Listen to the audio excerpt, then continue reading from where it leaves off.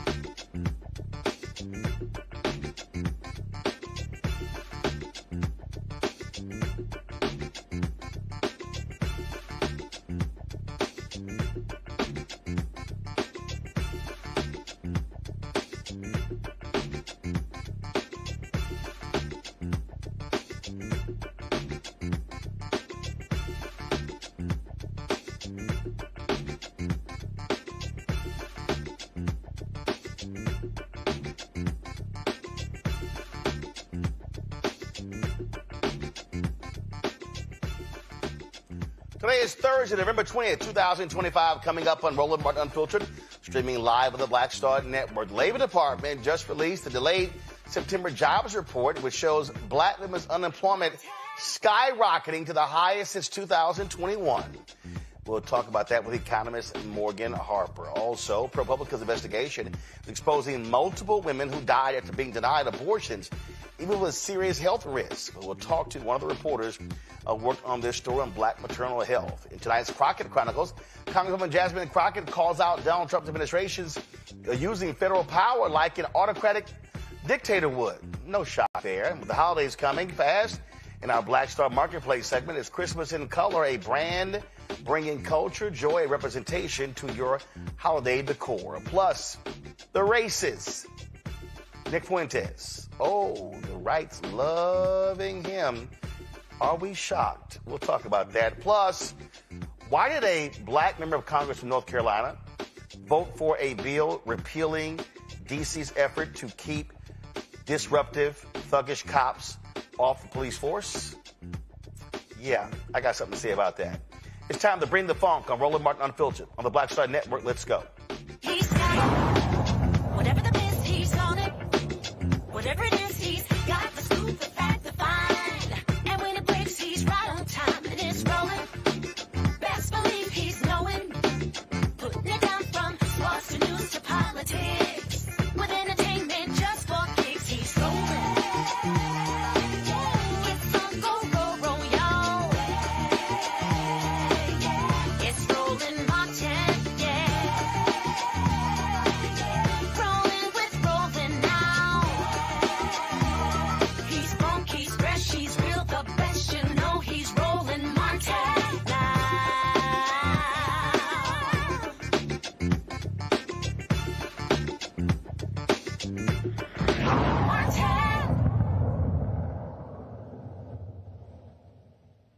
I remember a whole lot of quite loud and arrogant black folks and how amazing Donald Trump is going to be for the economy.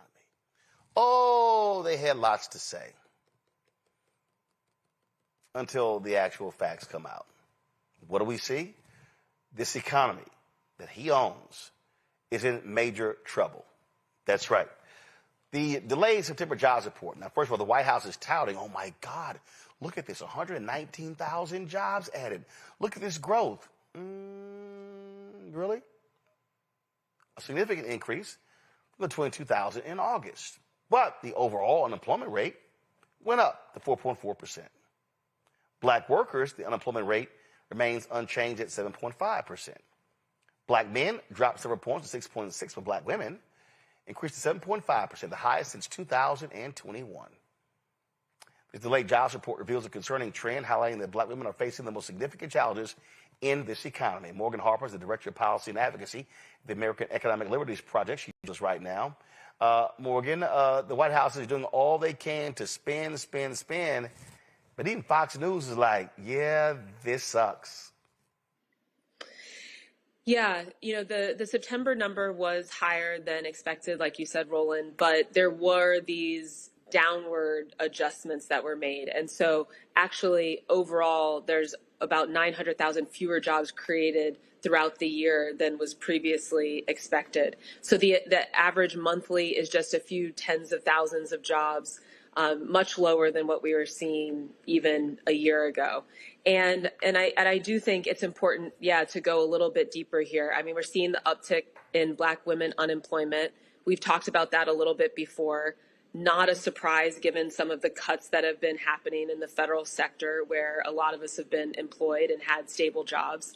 And then when we look at the industries where the job growth is being driven right now, it is in leisure, restaurants, bars, and healthcare.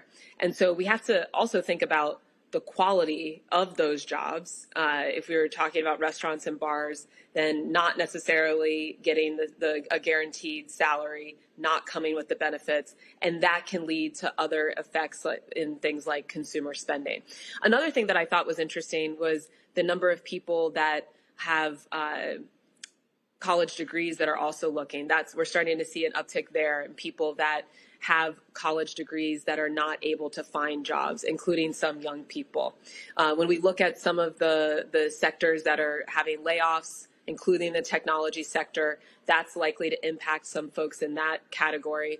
And then also, we're talking about the tech sector and some of the areas where we're seeing job loss. It is in transportation, warehouses, where those have also been driving a lot of the job growth more recently.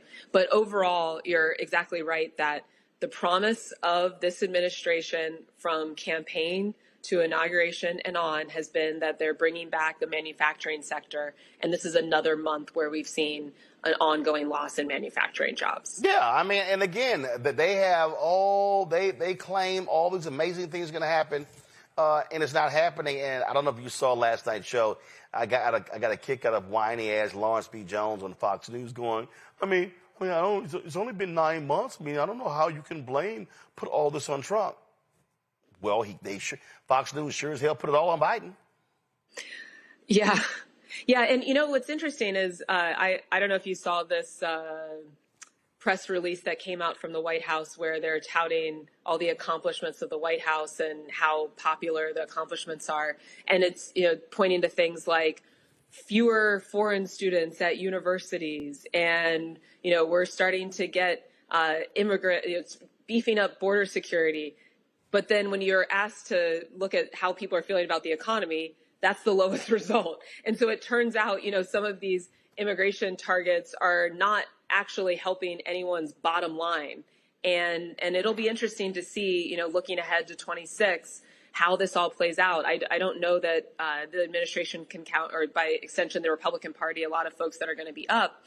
Is it going to matter some of these quote unquote cultural issues where they've been able to tout these so-called accomplishments when at the end of the day, these job numbers, the overall economic picture, and just how people are experiencing the economy right now is not very positive. And they're saying it when they're asked, and the polling is reflecting that. Well, that's one of the reasons why they have all of this spin. So they're trying everything to not talk about it. Even this,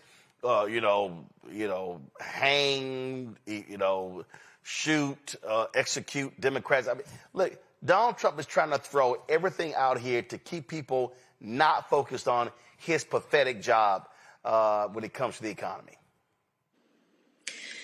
Yeah, and I'm going to point to another thing for us to continue to monitor here is the healthcare sector. This is where a lot of jobs have been created, but that's another area of a lot of sensitivity, vulnerability.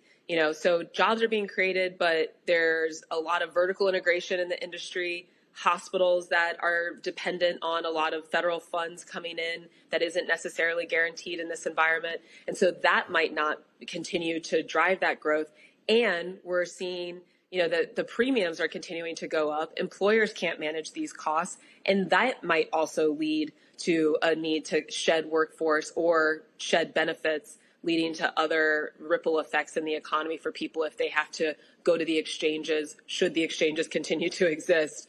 If they're not getting employer-provided health care. So there's a lot of complexity here. I do think we're going to have to continue to look at health care. That's both immediate, just monitoring what's happening, but then also a discussion about what comes next. Because even in a world where the subsidies continue for the Affordable Care Act, these premiums are becoming unsustainable, like I was saying, for a lot of employers. There's a lot of concentration of power where large companies that are on Wall Street are not necessarily focused on delivery of care or controlling costs. Quite the opposite. And we've got to think through how to change those incentives to make sure that, yes, we continue to have a sector that's employing people, but also employing people to deliver medicine and care, not just reward shareholders. Well, it's going to be quite interesting to see how this plays out, and the economy is not getting better. There was I saw there was a front page. Do y'all have that front page of the Des Moines newspaper? I thought this was it was really interesting, Morgan, seeing this. I was when God this morning I was looking at different stories or whatever, and I'm telling you, all these crying farmers, and they're sitting here all upset. And again, they voted for this dude. This is the front page right here. The Des Moines Register: growing bankruptcies. More farmers seek help counseling as crops prices fall, expenses add up. Well, guess what? Y'all voted for this dude. Yeah, I am very, very curious how 26 is going to play out. And yeah, I mean, I'm going to point to the this White House release. I mean, even the accomplishments that they're trying to convince people, when you have to put out a release to convince people that the economy is strong, that already suggests something is a bit awry. But, they're pointing things like, you're going to get the best tax refund ever in a year. Wait for it, right? I think what we're hearing from a lot of these farmers is that they're in a day-to-day situation. They don't have a year. And so if people are really feeling these impacts so immediately, I would think that it's going to shift, the electoral outcomes here, but only time will tell, I guess. Well, not only that, so I saw this video here. So now he's unleashing these raids on North Carolina. And this farmer in North Carolina said, this ain't going to turn out well. Check this out, Morgan. I own a farm in North Carolina, and I can tell you for a fact that these raids will not make our state more safe, but they will make it more expensive, and it will be a stain on all of us. In May, when we start harvesting strawberries after the toll of deportation raids and the psychological trauma inflicted on the Latino communities continue to fester, farms like us aren't going to have our usual labor. We've already been told there's going to be a shortage. I spoke with one farmer who's posted locally for jobs harvesting produce for 10 years, and he's never had a local person apply. He doesn't even know what he's going to do next year. The people being rounded up are hardworking individuals, not criminals, and the blunt force tactics are only meant to make people afraid. They're not targeted. They're biased against people who don't look like me. Many of the people affected are working on our farms, building our houses, constructing our roads. They're the hardest working people I know. They're humble and kind with actual family values. I believe a day of reckoning will come, but unfortunately not just for the people perpetuating this awful tragedy, but for us as a country for letting it happen. Have the day you voted for. See, the thing right here, not only that, construction jobs, these farm jobs. And so all these folks, again, they love them some Trump. They can't stand immigrants. They don't want, they trash and undocumented workers. Okay, you're now about to experience the thing you said you wanted. Well, yeah, and if you're looking at like Ohio, for example, where I am, you have a state government that has completely disinvested in education of young people. And so they're not exactly building up some kind of like next generation workforce that is prepared to take on leadership in any of these sectors or be able to be employed in them. And then you're eliminating what has been filling these jobs. And look, I mean, I think we all agree we want Americans to be successful. We want Americans to be able to get good paying jobs, but y'all can't have it both ways. It's like you're cutting what is the current labor force and you are not investing in people who actually live here, which you claim to be caring about. And that is just not going to add up. And so, it's a pretty depressing situation. I mean, there's no way to sugarcoat this. But I do think it's important for us, and I think I say it almost every time I come on, to just continue to try to get the facts out about what is happening on the ground. I mean, we had there's a small town here northeast of Columbus where, the only restaurant in the town, more or less, was shut down, this taco shop, because of the raids. And that was the restaurant. That was employing people. That was where people were going for, when they're trying to just like hang out for a little bit. They were also sponsoring sports teams and different community activities. And so at every level, this is all backwards. And I do hope that people will kind of make these connections quickly as we look ahead to next year. All right, Morgan, Harper, always a pleasure. We appreciate it. Thanks a lot. Good to see you. Going to a quick break. We'll come back with my panel right here, Roland Martin Unfiltered on the Black Star Network. Said the quiet part out loud. Black votes are a threat. so they erased them. After the Supreme Court gutted the Voting Rights Act in 2013, Republican legislatures moved fast. New voter ID laws, polling place shutdowns, purges of black voters from the rolls. Trump's Justice Department didn't stop it, they joined in. In 2018, his DOJ backed Ohio's voter purge system, a scheme that disproportionately erased black voters. Their goal, erase black votes and political power. Yeah, that happened. These are the kinds of stories that we cover every day on Roland Martin Unfiltered. Subscribe on YouTube and download the Black Star Network app. Support fact-based independent journalism that centers African Americans and the issues that matter to our community.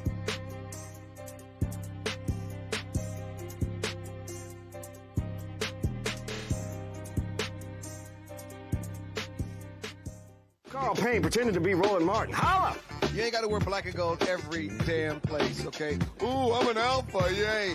All right, you're 58 years old. It's over. And you are now watching Roland Martin Unfiltered. Uncut, unplugged, and undamn believable.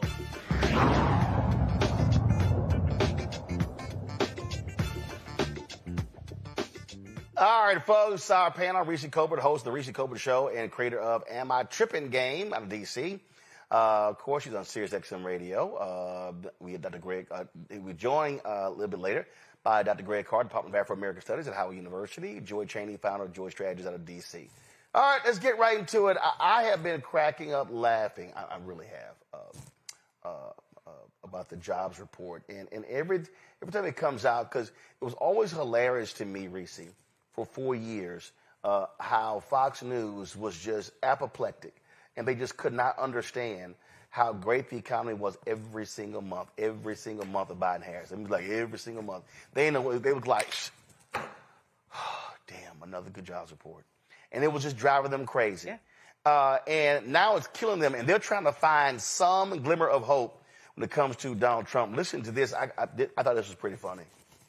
The unemployment rate going up to what is a cycle high of 4.44% if you look at the full number. And it's not good news, because if you look at, these are people entering the workforce, yeah, not so much.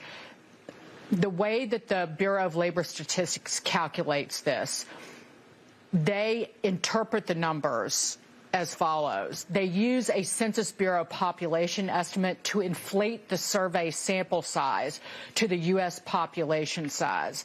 So the number that they're using, the census number they're using for population growth, is based on a comprehensive population update that was done at the end of last year.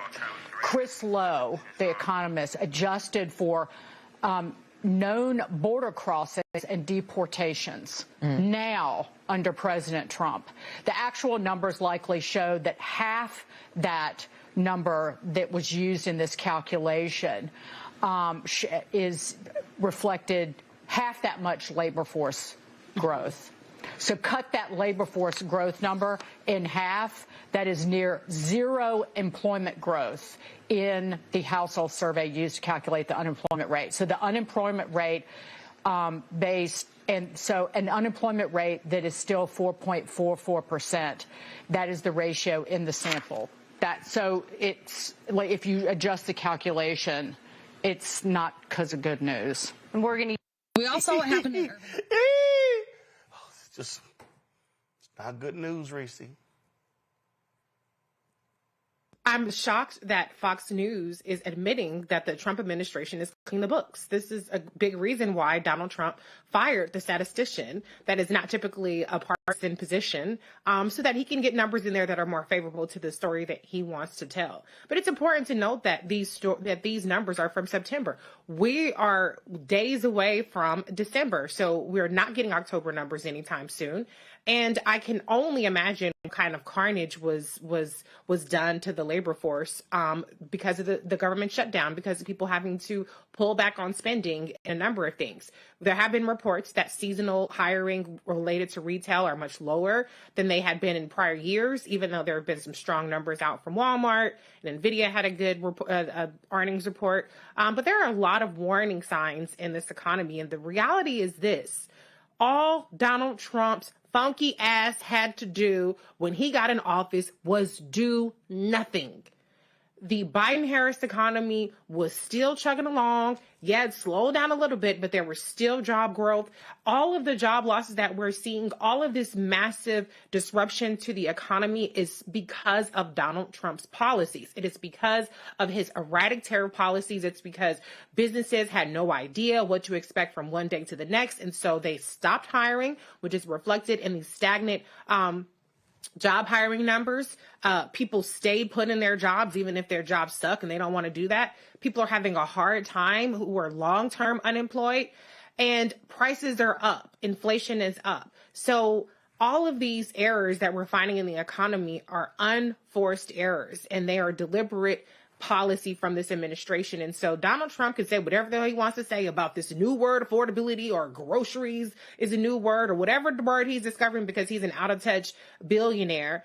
But you can't gaslight the American people on what they feel. And that's why even though Dems and all their flaws and their poor perception from the general public are kicking Republicans' ass on the generic ballot in 2026. But see, Joy, here's the thing that I think that people have to understand. It's very simple. Those who are in charge will get the blame or the credit. Simple as that. That's you're going to get blame or credit. Democrats, and what's interesting is that the White House is trying to do the exact same thing the Biden White House did, telling people it's not as bad as they think it is.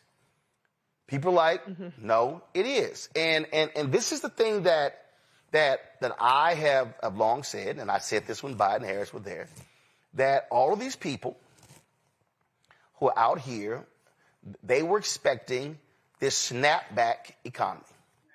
They were like, it was as if COVID never existed.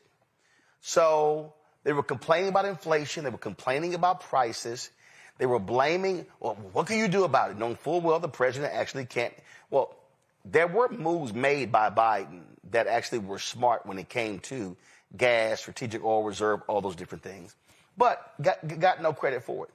But here you have Mr. Oh, I can save the world. On day one, everything is going to change. Everything will be fixed. Day one. And these idiots actually believed him. They said, oh, day one, he's going to end the Ukraine-Russian war. Day one, he's going to end Israel and Hamas fighting in Gaza. Oh, day one, he's going to lower everything. And so they fell for it. Now, all of a sudden, they realize, damn, these tariffs are kicking our ass. So all of these people, and that's why I'm just sitting back, I got thoughts and prayers. All of these farmers who are complaining, don't look at us. Y'all voted for his ass. These folks in North Carolina, they are about to learn what's going to happen when all these places are getting raided. It was a country club that went off because ICE came onto their property trying to snatch folks and hadn't talked to anybody. And so all this stuff is going on. Then you got people like that fool out of Ohio, Jim Jordan, who posted this here. Doesn't it seem like Democrats would rather see President Trump fail than America succeed? I swear, Joy, for 4 years, that's all I heard Republicans want. They wanted the economy to crater. They kept predicting a recession for 4 years, every single week for 4 years, and it never happened. That's right. And we actually know that when Mitch McConnell was leader of the Senate and Donald Trump was coming in, he not only was betting on President Obama failing, he was waiting for it and trying to orchestrate it because they thought that was in their political interest. So, of course, Jim Jordan is he's telling on himself. No, I'm sorry. So you meant, okay, no, that was when Obama was elected president in 2009. Yeah, that's what I mean. Yeah, not Trump. Not Trump. Not Trump. I'm saying Obama. When he was elected, the Republicans were very open. So what he's doing is reflecting what is the Republican strategy. When Democrats are in office, we always are pulling for the American people. In this case, Reese is right. If Donald Trump failed, we probably would succeed. We had a stronger economy when he came in office than we have today. And I think we talk about the results of this economic downturn, but we don't talk about why. Roland does, which is great, but we got to dig deeper into it. It is because of the tariffs. It is because of the instability he has created in the market.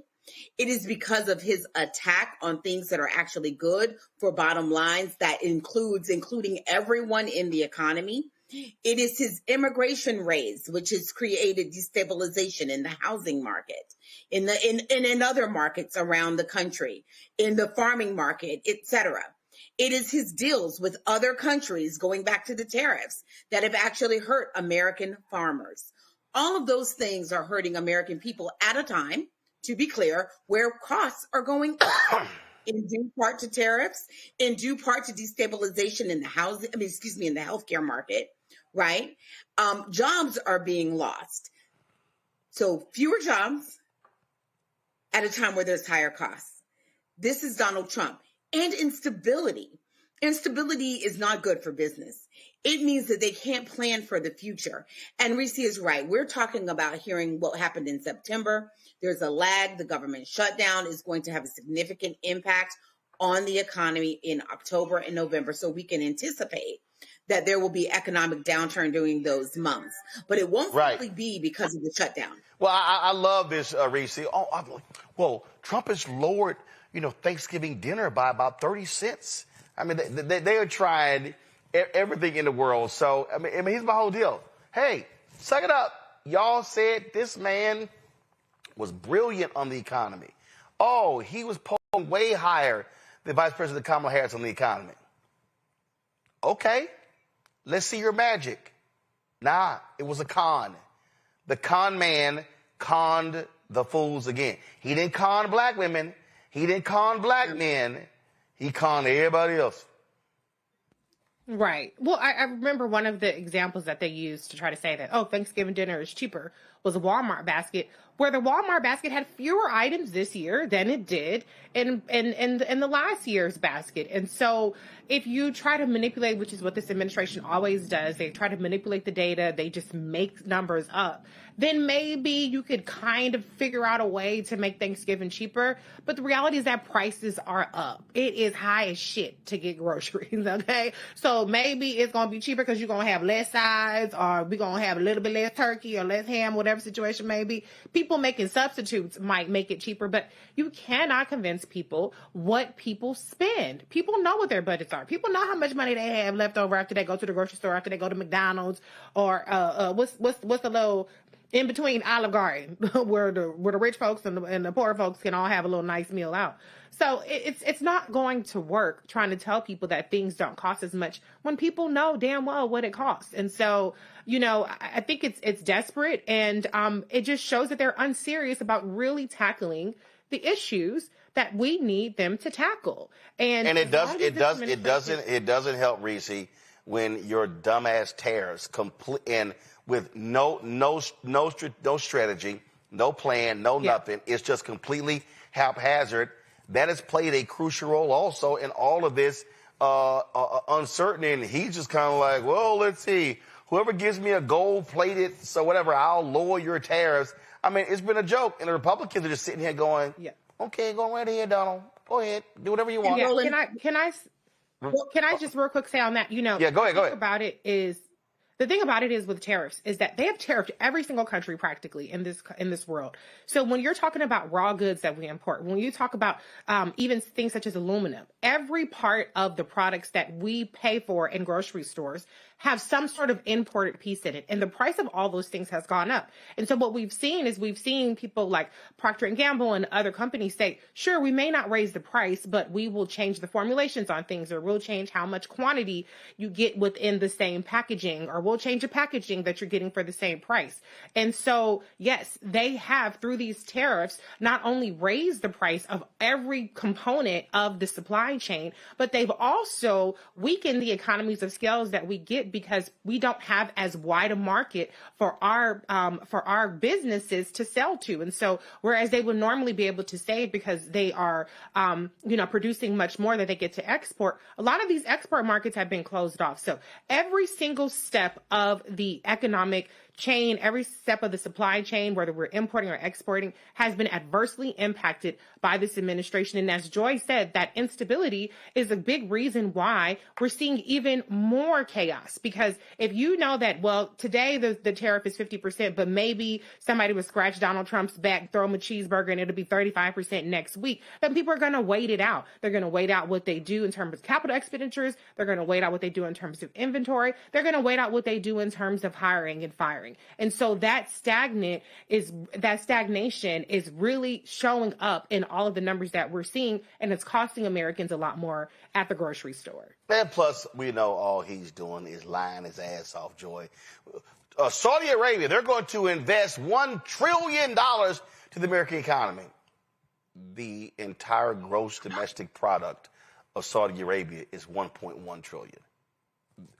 Exactly. Dude, stop it. I mean, so he's lied about the Japanese. He's lied about, I mean, he just lies. And, massive investment. Yeah, we cut a deal where they're going to give us billions and I get to decide how it's going to be spent in the United States. And then the country's like, no, we didn't. They ain't what we talked about. I keep telling everybody, he lies about lies. He lies about lies, and then when he can't lie anymore, he just cuts off the data. He says, no more. We're not even going to report anymore. I have Republicans who are also saying, I don't know that we're ever going to get data. And look, everyone out here has common sense. If that data was good, he wouldn't be making it up. He would be out there flying it high. He is not, because it's bad data. And he understands that, and the best thing to do is to not report it in his case.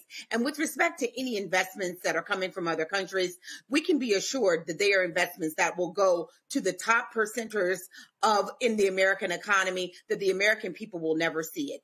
To be clear, what economists are saying right now is we have all the indications that we've had the greatest job loss since the Great Depression, that's what could be on the other side in the new year and in coming years under Donald Trump for us.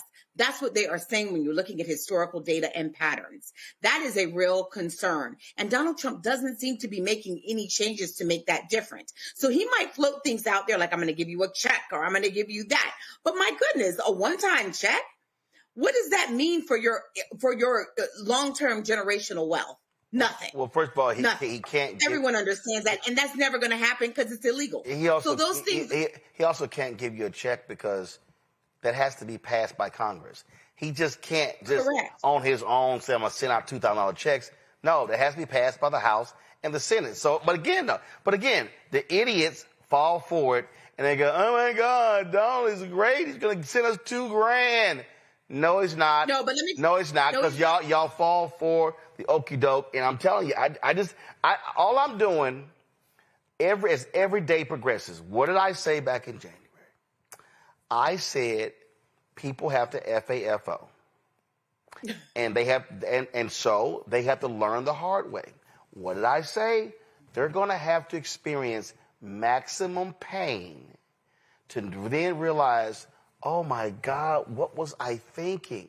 And so that's why I'm sorry. I have no feelings if you're Muslim in Dearborn, Michigan, and you're pissed off that the racist right wing is protesting Muslims in Dearborn, Michigan, and y'all think that voting for Trump gave you cover.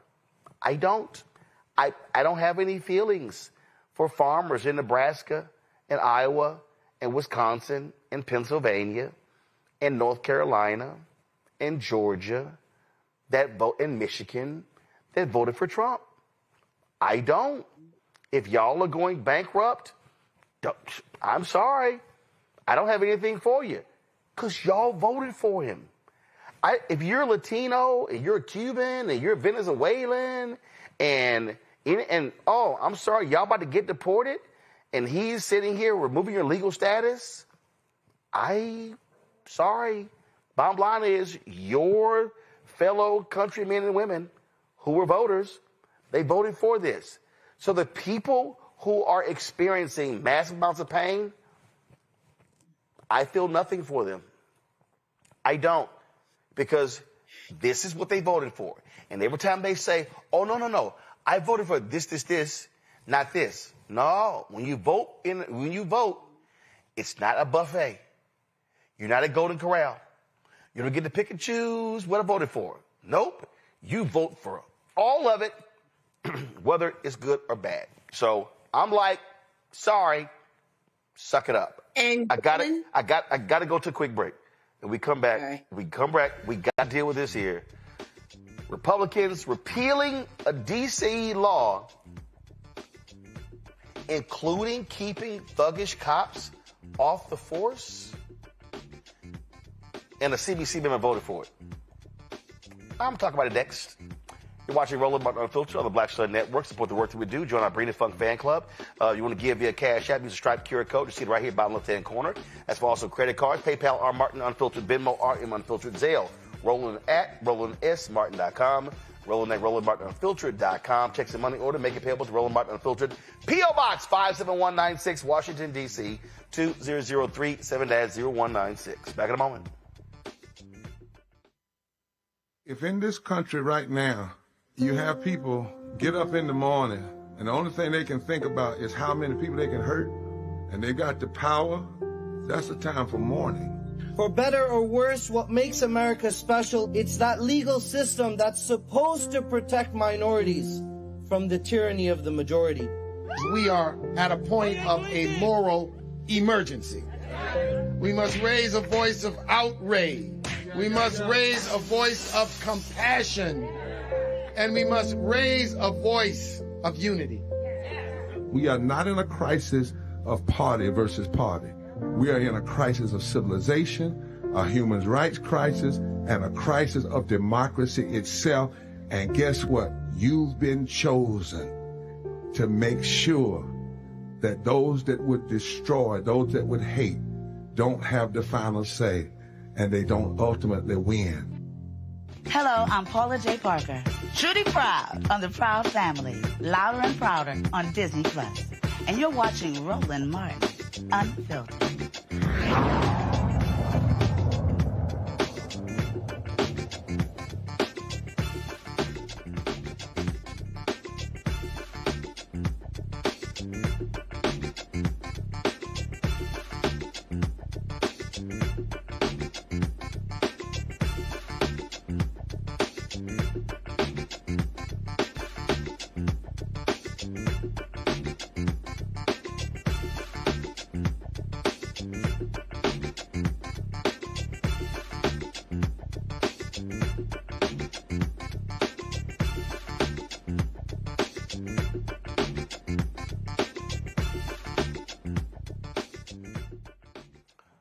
House Republicans pushed through 2 bills on Wednesday aimed squarely at rolling back D.C.'s recent justice and policing reforms. The first, called the District of Columbia Cash Bail Reform Act, sponsored by Representative Elise Stefanik, would scrap D.C.'s no-cash bail system. Instead, it brings back cash bail, meaning your freedom depends on whether you can afford to pay it. It also aligns with Donald Trump's August executive order to end cashless bail nationwide. The second bill, the Clean D.C. Act, sponsored by Congressman Andrew Clyde, aims at the city's police reforms. Things like limits on chokeholds, stricter body cam rules, and new accountability standards. Republicans say those changes helped fuel last year's spike in crime. No proof, of course, to back it up. 20 Democrats voted for the Clean D.C. Act. They are Henry Cuellar out of Texas, Don Davis out of North Carolina, Laura Gillen out of New York, Jared Golden out of Maine, Maggie Goodlander out of New Hampshire, Josh Gottheimer out of New Jersey, Adam Gray out of California, Marcy Kaptur out of Ohio, Susie Lee out of Nevada, Dave Min out of California, Jimmy Panetta out of California, Chris Pappas out of New Hampshire, Marie Gluciacamp Perez out of Washington State, Josh Riley out of New York, Patrick Ryan out of New York, Kim Schreier out of Washington, Eric Sorensen out of Illinois, Thomas Asiozi out of New York, Eugene Vindman out of Virginia, George Whitesides out of California. So 20 Democrats, 1 CBC member. Now, Congressman Don Davis comes from a +2 red district. They've gerrymandered his seat to gerrymander him out. So here's my question to Congressman Don Davis. I need you to explain to the people. You're not from D.C. So let me be real clear. Don Davis represents North Carolina. There are no constituents of Don Davis or any of these Democrats in Washington, D.C. But I'm going to need them to explain to me, why in the hell would you vote for a bill that's there to protect citizens? Explain to me the logic behind this. We reached out to his office, no response. I text him, no response. But this is the kind of crap Republicans do because Congress has oversight over D.C. With Republicans in charge, they can do whatever they want. And these 20 Democrats should be challenged on that.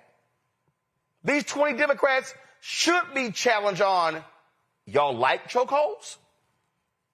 Are y'all saying that you don't want body cams? Are you saying that you don't like accountability? But it's amazing. No answer. Oh, I'm going to keep texting him, and I'm going to call him. Because that's shameful and despicable. And these 20 Democrats and Republicans should be called out because they clearly don't give a damn about the residents. Reese? Yeah, I mean, it's no surprise that a bunch of white Democrats don't give a damn about police brutality. Much of these things are the same topic of that racial reckoning that we had in 2020 around George Floyd and Ahmaud Arbery and Breonna Taylor. So this is a slap in the face. It's a slap in the face to the blood that was spilled and to the protest movement that really got some tangible gains. But it's also a slap in the face to the autonomy and self-governance of residents of D.C., most of whom are Black. And so it's just arrogance, and it's stupid. It's stupid, and it's cowardice because Democrats these Democrats, there were obviously hundreds of Democrats that didn't vote this way, but you have a segment of Democrats that are too afraid to ever appear to be anything other than bowing down and capitulating to the police force. And so, yeah, Don Davis, that's disgraceful. At a minimum, stay out of DC's business. Hello. So yeah, I don't understand what that is. He's new to Congress, getting there in 2023.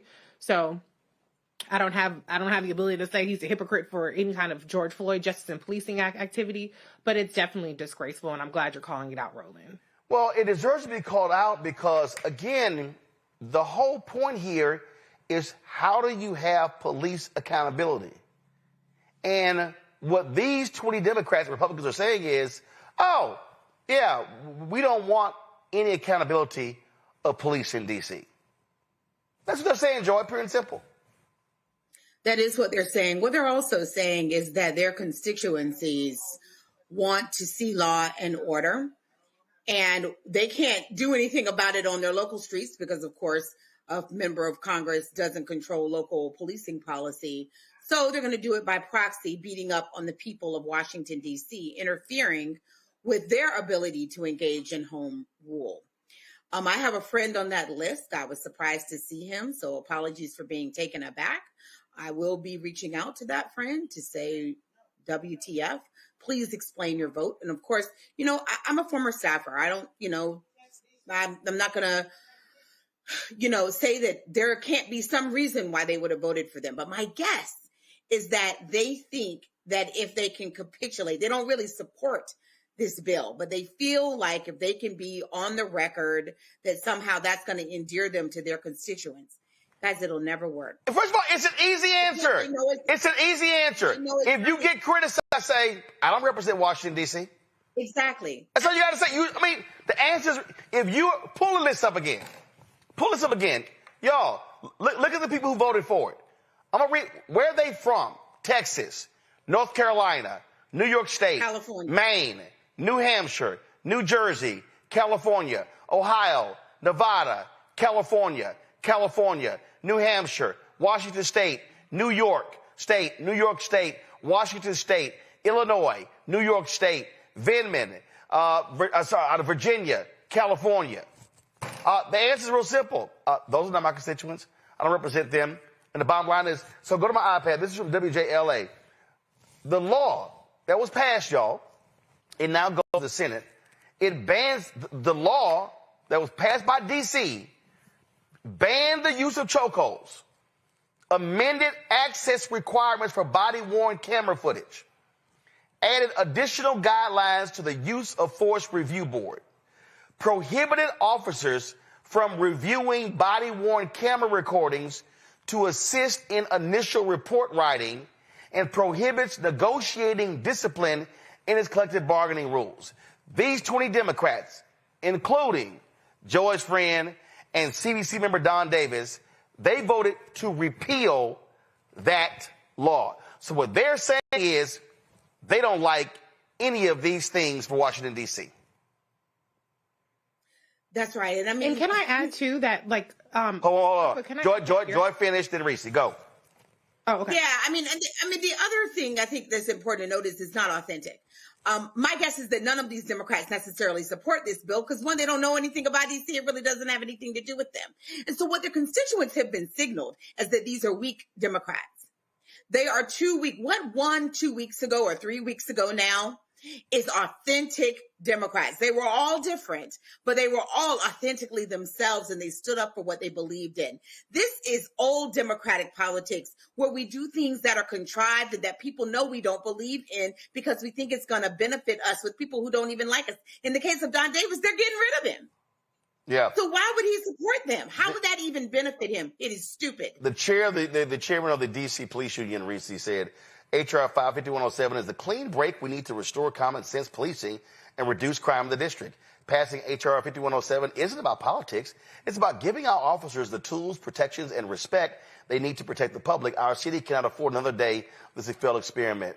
He earlier said that, that's why experienced officers were retiring. No, they were retiring because they can't stand more accountability, Reese. Right. That's what it is.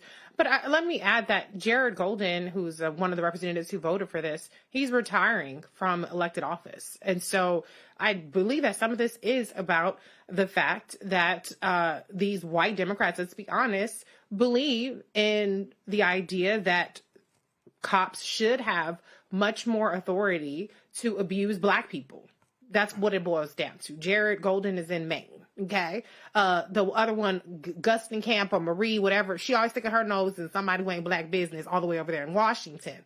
A lot of these Democrats do actually agree with the language of this and agree with giving cops the authority to do whatever the hell they want to do, knowing that the victims of police brutality, knowing that the victims of police corruption are not very likely to be people that look like them and their constituents. Absolutely. All right, folks. Let's go to Florida. South Florida Congresswoman Sheila Sherfilis McCormick is speaking out after she was indicted for stealing $5 million in federal disaster relief funds and laundering the money to finance her 2021 congressional campaign. The Justice Department alleges Sherfilis McCormick and her brother funneled an overpayment from a FEMA COVID-19 vaccination contract through multiple accounts to hide its source. A significant portion was then funneled into her campaign through straw donor schemes. Sherfilis McCormick called the charges baseless. Everyday people who... Well, it's an unjust indictment, and it seems like these intimidation tactics have been pervasive. We spent all week seeing different members getting censured, all in hopes of intimidating and kind of distracting from the Epstein files. And I look forward to my day in court so I can prove myself and actually state the truth. But if this is what Congress is becoming, where they're always trying to intimidate you, scare tactics, especially attacking minorities, Black and brown people, then we're going to have to keep fighting for the district. And everybody has been giving me so much support, and we're going to keep fighting until the district gets what it needs, which is fair prices, housing, and fair representation in Congress. So thank you so much. What's your response to the calls of some of your colleagues to step down or resign? They didn't elect me. It was my district. And so we'll keep fighting for the people and keep working like we're doing now until they get what they need. So we're here for the people. So the only people who elected me should make that decision. Thank you so much. Republican Representative Greg Stoops said he plans to file a motion to censure her. Democratic leader Hakeem Jeffries released this statement saying Sheila Sherfullis McCormick has proudly represented the people of Palm Beach and Broward County since 2022.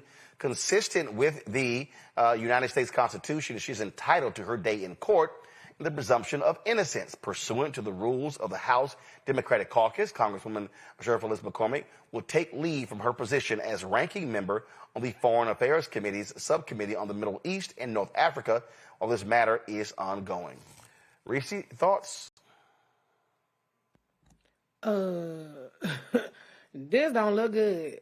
But you know, the presumption of innocent until proven guilty, child. I'm not going to defend any of this. I will say that I don't trust the Trump DOJ. I will say that they have clearly targeted and weaponized the DOJ in terms of their prosecution. But this is very specific and, you know, financial crimes. So hopefully homegirl is innocent. They would just put it like that. Because nobody is getting a free pass and nobody's getting a blind eye under Donald Trump. So cross your T's and dot your I's, okay? This actually, Joy, has been under investigation for some time.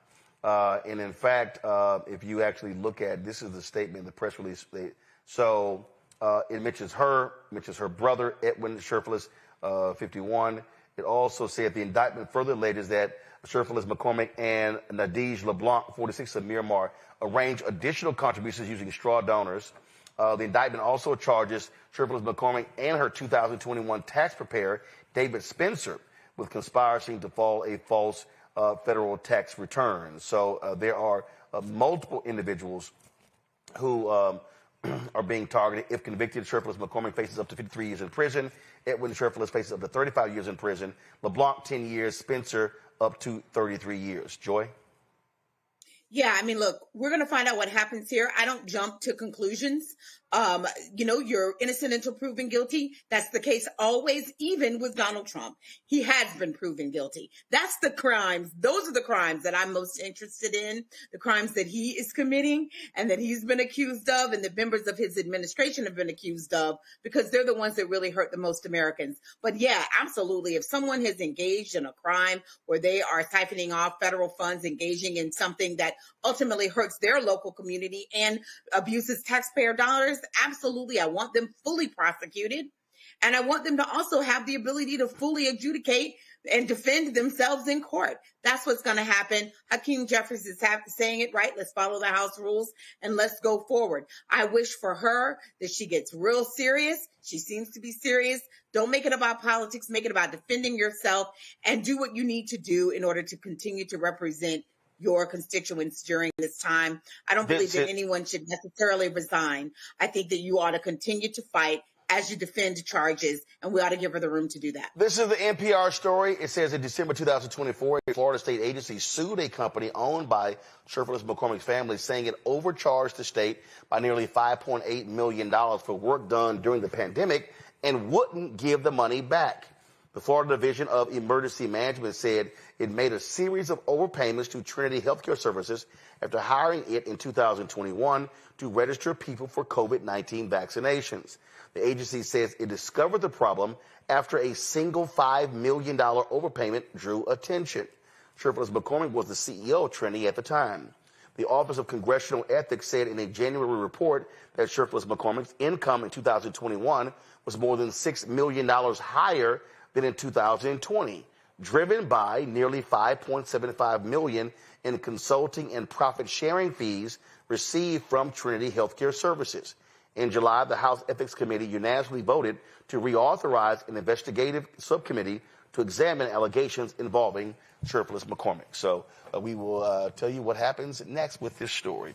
All right, y'all, we come back. ProPublica has a great story talking about women who have lost their lives because of these strict abortion laws, and also how black women are being adversely impacted as well. We'll talk about that. Talk about Nick Fuentes. It's a lot of stuff I want to get to and deal with. And so y'all know we are absolutely always ready to bring the funk right here on Roland Martin Unfiltered on the Black Star Network. Don't forget, support the work that we do. Also, we're going to hear from Ryan Coogler today. Chadwick Boseman got a star on the Hollywood Walk of Fame. Folks, if you want to support the work that we do, join our Bring the Funk fan club. If you want to give via Cash App, use the Stripe QR code. You see it right here, bottom left-hand corner. That can also be used for credit cards. PayPal is R Martin Unfiltered. Venmo is RM Unfiltered. Zelle, Roland at RolandSMartin.com. Roland at RolandMartinUnfiltered.com. Checks in money order and make it payable to Roland Martin Unfiltered. P.O. Box 57196, Washington, D.C. 20037-0196. Back in a moment. Next on the Black Table with me, Greg Carr. Our legal roundtable is back in session as we look at yet another potential landmark case being considered by the United States Supreme Court. This one is called 303 Creative versus Alennis, and may be the most important and far-reaching First Amendment, that is freedom of speech, case of our time. It could, depending on how the court rules, open the door for a return of Jim Crow segregation laws. It's true. If you say we can discriminate against one, you're saying we can discriminate against all. That's on the next Black Table. Don't miss it. Right here on the Black Star Network. Hi, I am Tommy Davidson. I play Oscar on Proud Family, Louder and Prouder. I don't play Sammy, but I could. Or I don't play Obama, but I could. I don't do Stallone, but I could do all that. And I am here with Roland Martin on Unfiltered.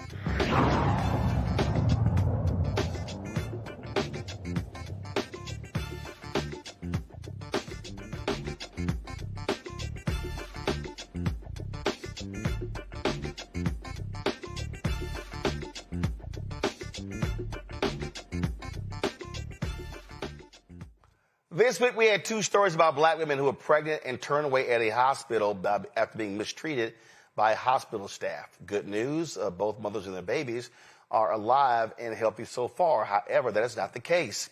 ProPublica has published an article detailing the disparities in black maternal health, highlighting stories of black mothers who did not survive. One tragic example, 37-year-old Tierra Walker from Texas, who died 20 weeks pregnant after doctors refused to provide her with an abortion despite severe health risk. ProPublica reporter Kavita Sumrana joins us now to discuss this investigation. Glad to have you on the show, Kavita. What did y'all find out? Thank you for having me. Well, I think the most important thing to know about this particular story is looking into that the fact that abortion bans in the United States don't have real health exceptions for the kinds of risks that women routinely face in pregnancy. And this case really shows that. Tierra Walker, who lived in San Antonio, she was 37, a dental assistant with a 14-year-old son, spent much of her pregnancy in the hospital. She had skyrocketing blood pressure, diabetes, then she developed a seizure disorder and blood clots, and she entered her pregnancy sick, and she got sicker as it went on, as doctors expected. But despite that, and despite asking if an abortion would protect her health, she was never offered that option, her family says, who spent much of the time in the hospital with her, and her records show as well, which we reviewed in depth with more than a dozen maternal health experts across the country. And when you look at how much time she spent in the hospital and see that at least 90 doctors were involved in her care, I really think it points out to how these laws have changed women's health care in Texas and other parts of the country. And because we know that there's a maternal mortality crisis, a maternal death crisis in the United States already before this, and that has fallen hardest on the Black community because of longstanding issues in both, healthcare systems and socioeconomic factors and racial discrimination in the healthcare system, that these laws just worsen that. And this was exactly what many of us said was going to happen. And part of the problem is that you have doctors who are so concerned because they're like, they don't know what the hell to do, threats to take their license. And so many folks say, you know what, we're not going to do anything. Yes, in this case, we tried to reach out to some of the doctors involved in key parts of her care. We reached out to the hospital and none of them would talk to us, but we have been doing this reporting for years now. We've talked to more than 100 OBGYNs across the country. We've written about specific cases where the doctors did describe how they were confused by the law, that a patient in front of them had a very serious life-threatening condition, but their legal teams weren't allowing them or supporting them to provide care. Sometimes what happens too is you have to remember it's not just one doctor making a decision on a case. These doctors have to work with a whole staff, and especially when a procedure is complicated. So there's a lawsuit going on right now in Texas of a woman who it was written in her records that she needed a life-saving abortion because she had end-stage renal disease, but they couldn't find an anesthesiologist who would participate in the care. So the doctors were ready to, but one doctor who was key wouldn't, or sometimes you hear it's nurses, they can't find a nurse who will help. So, these laws, even when there's misinformation about them, really get in the way of care and even talking about counts, because that's what stands out in this case with Tiara is that no one was even talking to her about it. She was trying, her family who was with her says she was trying to ask and advocate for herself and ask, would it be safer for me to end this pregnancy so I can be here for my son? And they feel that she was dismissed and told over and over, your pregnancy is healthy and we're just going to work on getting your health under control. But her health never got under control. And at 20 weeks, she died of preeclampsia. Yeah, and again, this woman's dead. And let's be real clear. Texas Republican lawmakers, they don't give a damn. We always try to reach out to the lawmakers who've written these laws.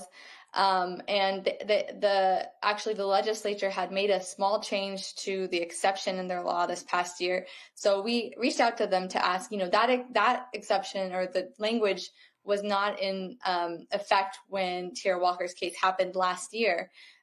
Do they think it would change the outcome for a patient with similar conditions going into pregnancy, again, with uncontrolled blood pressure, diabetes, and a seizure disorder? Is that what they intended with this law? Because doctors who've spoken to us, they're not sure if their hospitals will support them. And you would think it would be an easy answer to respond to, but we only heard back from one Democratic state senator who just told us that she had pushed for a clear health exception, but her Republican colleagues, they listen to the far right of their base that really doesn't want to see any exceptions in these laws. I think that's something important to point out, that at every step, not just in Texas, but in other states that have these laws on the books, the anti-abortion activists who have basically written them and supported them, they really fight back against any effort to create a health risk exception.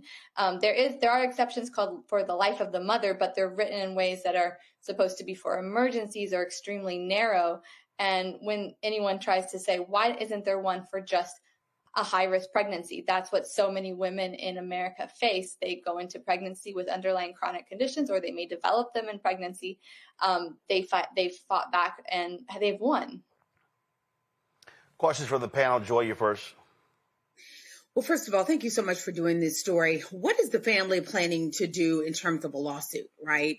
Are they going to sue? Because the counterbalance here has to be malpractice suits that are levied against these doctors and the healthcare professionals in the hospital to make them give pause to say, look, not only are there these laws, but our hospital might shut down because of the lawsuits and the legal fees that we might have to pay because of these decisions, so that they will put pressure on their elected officials to create exceptions that protect them and their patients. That's what we'll be watching. The family wants justice. They want accountability.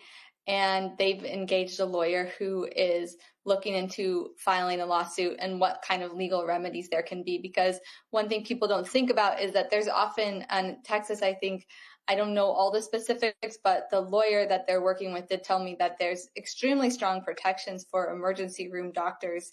It's a very high bar. So sometimes even when something a wrongdoing has clearly happened, it can be very hard to sue, but they're going to try. And they're also, there's other remedies. I think if the state legislature cared, they could, a legislator could file a complaint with the Texas Medical Board to have them look into this case and get more clarity. So that's something we'll be watching. I do know that there's a number of malpractice cases that are starting to be filed in Texas, and it will raise the question of, have these hospitals been too afraid of their felony charge that is a theoretical charge from the state, and not worried enough about their patients and the malpractice that they could become liable for.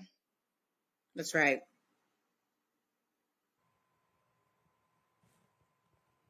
Thank you for being here. I'm curious, how public is data around issues of maternal or infant mortality in these states that have abortion ban? Is there a way, do you find that it's more prominent in particular hospitals, or is it particular providers? You mentioned that one of the subjects had 90 doctors see her over the course of her hospitalization. So I'm just curious if mothers could potentially protect themselves by accessing data that shows where this problem is more pronounced, or if you found that it's more so statewide as opposed to concentrated in particular areas. I'm glad you asked that question, because that's one of the reasons we started doing this work at ProPublica, and you can read a lot more of it at our website, ProPublica.org, because we learned that, yes, while states do have maternal mortality review committees, they're years behind often in their reports, and they often don't report in a kind of granular detail that could be helpful for people in making decisions about their care, like you say. And they're not looking specifically into the impact of these very laws that their state legislatures passed, which are some of the biggest changes to maternal health policy in 50 years. They're not looking into that. In fact, in Texas, they specifically by statute are barred from reviewing any case that involves an abortion procedure. And that can even be for a miscarriage that just used a procedure that they associate with abortion. They're just not going to even look at that case, which is really leaves out an important part of the picture. So that's why we have started to do this kind of painstaking work where we try to go and get the death records, autopsy records. In some states like Texas, that's going county by county to request records, and it's only a sliver of them. It's not the full data.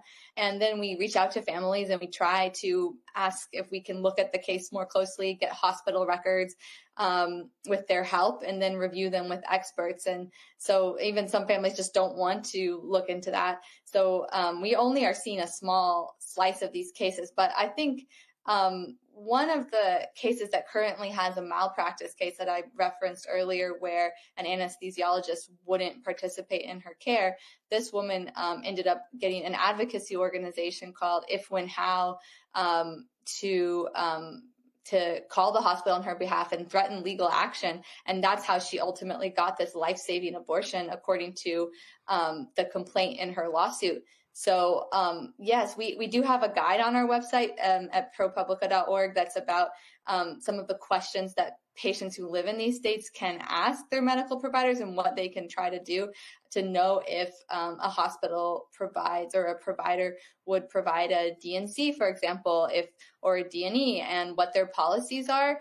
But it puts so much on the patient to have to try to coordinate their own care that is a really unfair outcome of this law. And I think the most chilling thing I've heard from some doctors when I've tried to ask them, what advice would you give a patient if they're pregnant and they're not sure if the hospital will provide them care if they end up having complications in pregnancy, and what can they do? What can they say? They've told me it's very, bluntly, that they would tell them to go to a different state, which is just not an answer for a lot of people. Tiara Walker was in the hospital for most of her pregnancy. So the idea of even, beyond financially, but just her medical condition to go and continue her pregnancy in another state or enter pregnancy in another state was really out of reach. All right, then. Folks, this is the story right here. ticking time bomb. A pregnant mother kept getting sicker. She died after she couldn't get an abortion in Texas. Kavita, Serena, Lizzie Presser, the reporters on that. And so we appreciate it. Thank you so very much. Great story, and thanks for the coverage. Thank you so much for having me. And like I said, we have a lot of resources and more reporting on this important topic and data at ProPublica. All right. We appreciate it. Thanks a lot. All right, folks, going to a break. We come back. Crockett Chronicles right here on Roland Martin Unfiltered on the Black Star Network. This week on A Balanced Life with Dr. Jackie, are you looking for clarity on your believer's journey? Are you finding it difficult to really find your lane and stay in your place? Do you think that you have what it takes to build a sense of community even in these difficult times, knowing that God has got your back? Well, this week on A Balanced Life with Dr. Jackie, we're talking about just those things. I have the courage to walk through this tough season because they're going to come. You need the friends that have a belief system like yours. A believer's journey this week on A Balanced Life with Dr. Jackie on Black Star Network.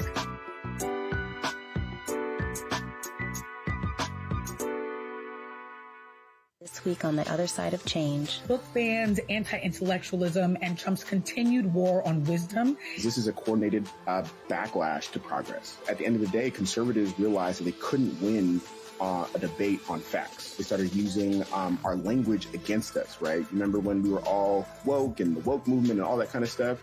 Now everything is anti-woke, right? When we were talking about including diversity, equity, inclusion, and higher education, now it's anti-DEI. All this are efforts to suppress the truth because truth empowers people. You're watching The Other Side of Change only on the Black Star Network.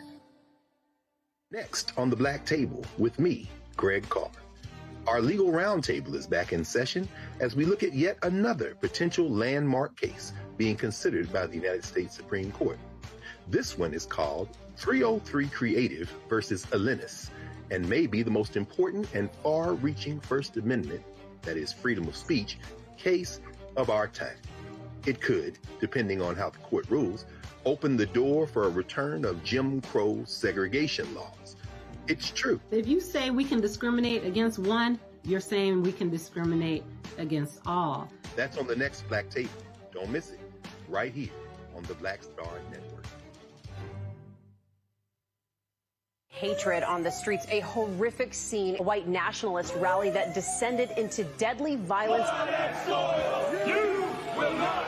White people are losing their damn minds. As an angry pro-Trump mob storms the U.S. Capitol, we're about to see the rise of what I call white minority resistance.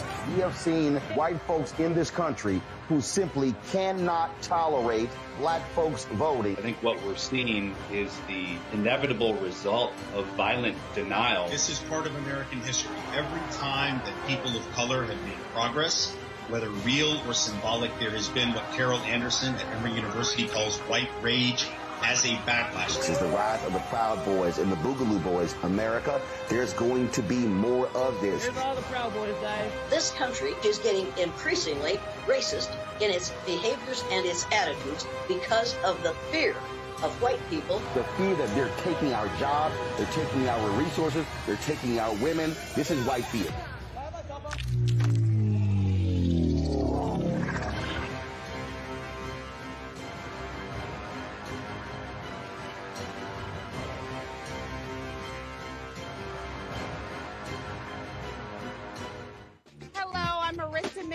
A news anchor at Fox 5 DC. Hey, what's up? It's Tammy Roman, and you are watching Roland Martin Unfiltered.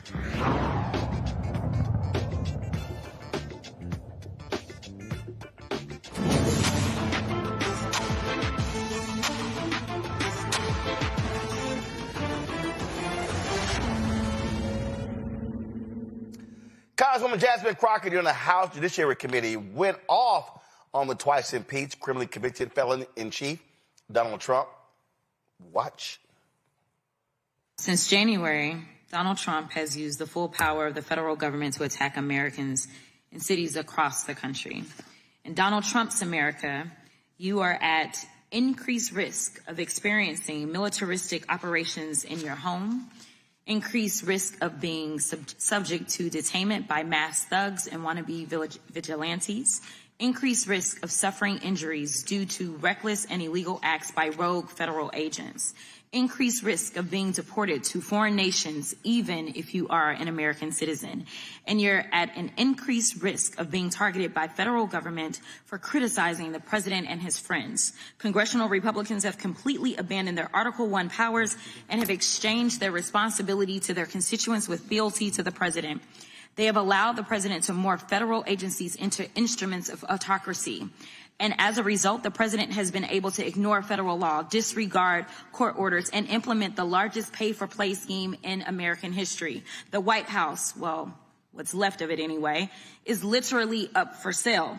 The federal courts have characterized this presidency as, quote, lawless. In fact, when ruling against illegal acts committed by the administration, a Republican-appointed federal judge stated, quote, the court cannot imagine how the public interest might be served by permitting federal officials to flaunt the very laws they have sworn to enforce. In a separate case where the administration was sued for unlawful acts, the judge, also a Republican appointee, stated, quote, allowing constitutional rights to be dependent upon the grace of the executive branch would be a dereliction of duty by this third and independent branch of government and would be against the public interest. But in another case, the court summed it up perfectly by declaring, quote, as is becoming far too common, we are confronted again with the efforts of the executive branch to set aside the rule of law in pursuit of its own goals. Judiciary Committee Republicans have been completely complicit in this corruption. But since they're so interested in restoring law and order, I have a couple of suggestions on where they can start. Number one, this is the President of the United States standing beside his best friend, Jeffrey Epstein.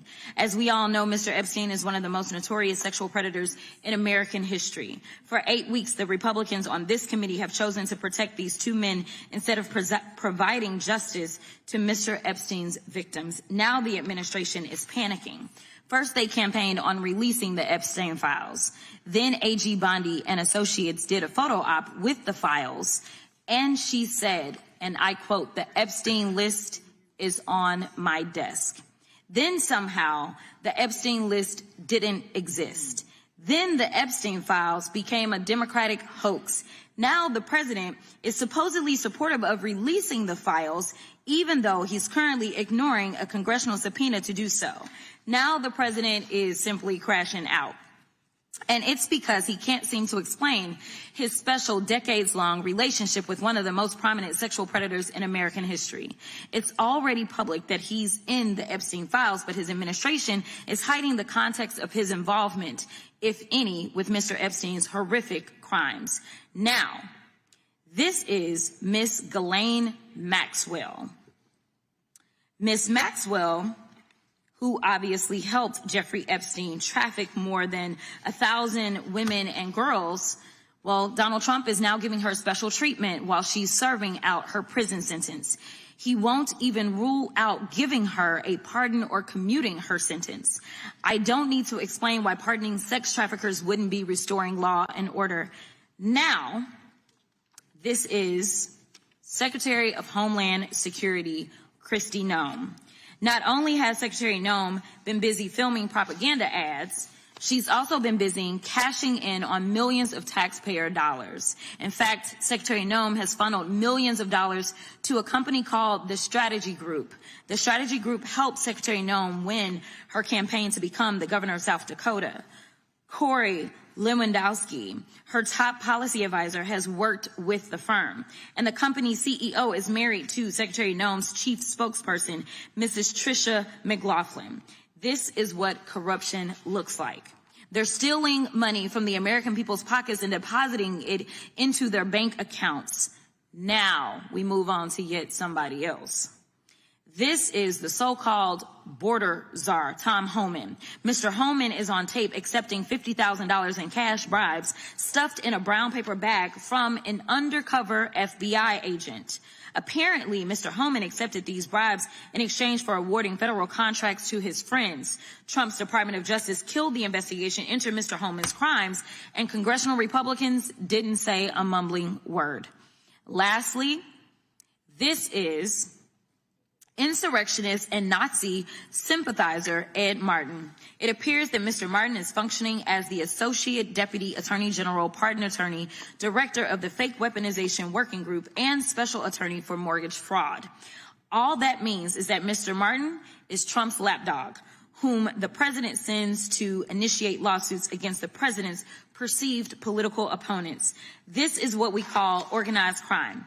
They're breaking the law, often by stealing taxpayer dollars, covering up their crimes by ending and obstructing investigations, then prosecuting people who call out their unlawful behavior. And while the Republicans are encouraging this corruption, they're abandoning actual victims of violent crime and ignoring the Republican-led state's 21st century murder crisis. In September's appropriation markup, congressional Republicans proposed reducing the FBI staff by thousands of positions and underfunding the agency by more than $1 billion. They've proposed slashing resources from the ATF. They've proposed cutting grants for juvenile justice programs and hate crimes and eliminating the community violence intervention and prevention grants. They're literally defunding the police.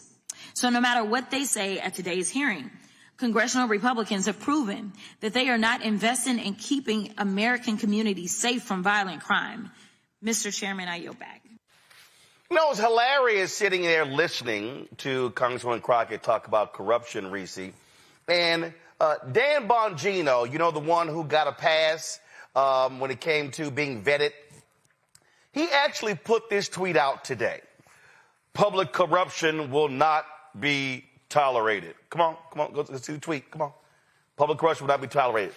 Reese, I'm laughing because Donald Trump has pardoned a number of people who were convicted of public corruption. So I'm like, it ain't no shock they let Tom Homan off the hook for taking that $50 grand. Donald Trump is a convicted felon.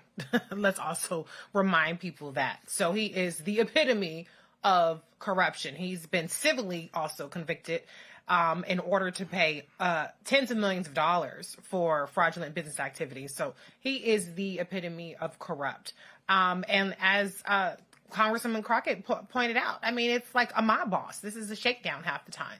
So I think Dan Bongino, I think he maybe is trying to distract from the fact that he was one of the people calling for the Epstein files before he became, undeservedly so, the deputy FBI director. But nobody believes anything you got to say, Dan. Okay, so bye-bye. I just sit here, Joy, and I mean, first of all, let's just be real clear. Yeah. Donald Trump is completely, undoubtedly, absolutely, undeniably corrupt. Mm-hmm. He is. I mean, so they are pimping the White House. This is like telling, hey, Bonnie and Clyde, we're going to hire y'all to be a bank manager.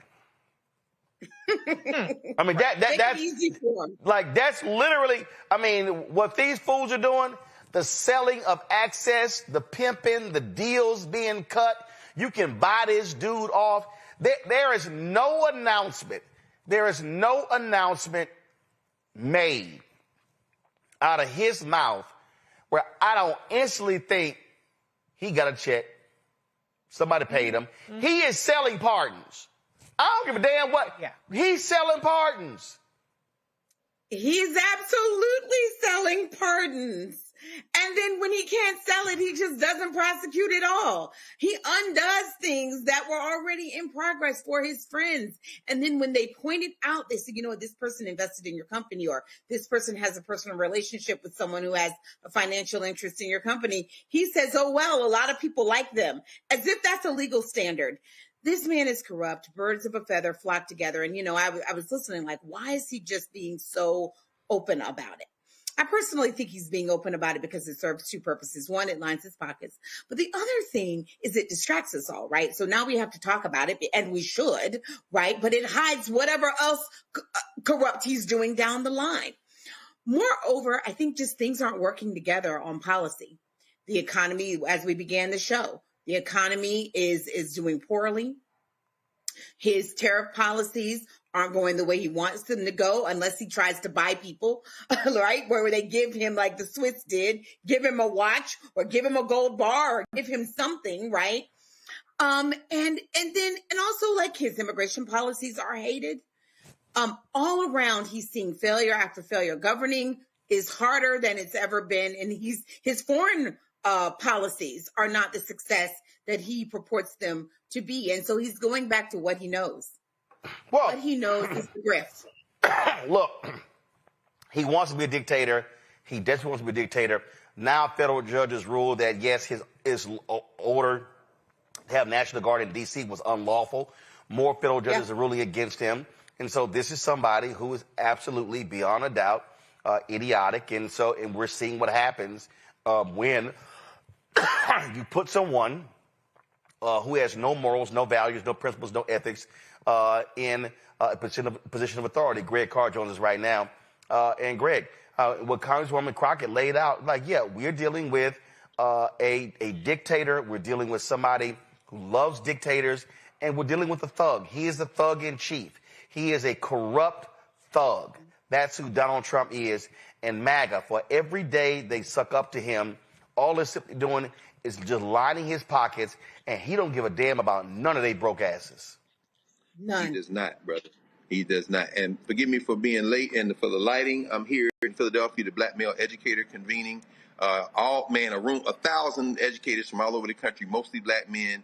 And if I got stopped one time, I got stopped 300 times today to tell you that the Black Star Network must succeed, and all these people watching. So someone went back to the hotel rooms and watched that. I had to give you that message first of all. I appreciate it. Anyway, but yes, Congresswoman Crockett is really showing the way. Keep your foot on his neck. As you've been laying out now for months, and certainly we're seeing it now. I think he may have peaked.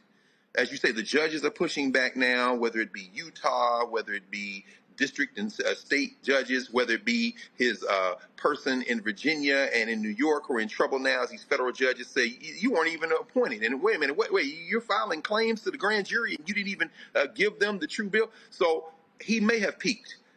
This stunt he pulled with Mohammed bin Salman this week in the White House when approached about the journalist Jamal Khashoggi to say, hey, a lot of people didn't like him and things happened. Donald Trump, we know, is mentally ill. We know he's not well. But what Congresswoman Crockett is doing now is pressing the advantage.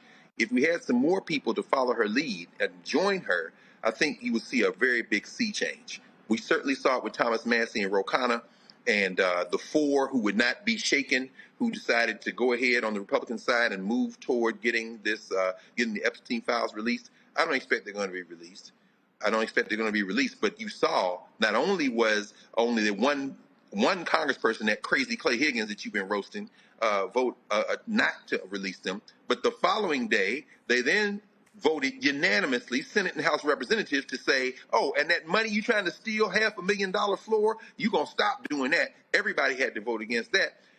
What Jasmine Crockett is doing, what Representative Crockett is doing, is basically delivering a playbook from the House of Representatives on how to speak truth to power and to be fearless. Between what she's doing and what, a person like Gavin Newsom is doing in California, I think this is what turns the tide as this thing has. I really do believe it's beginning to peak. Indeed. We got some breaking news.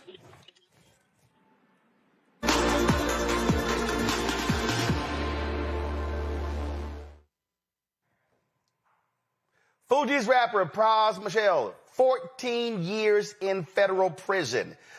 He was sentenced today in a court in D.C. This is Associated Press story right here. He, of course, sentenced to 14 years in prison over illegal donations to the Obama campaign. The story lays out right here that he declined to address the court before he was being sentenced. In April 2023, he was convicted of 10 counts, including conspiracy and acting as an unregistered agent of a foreign government.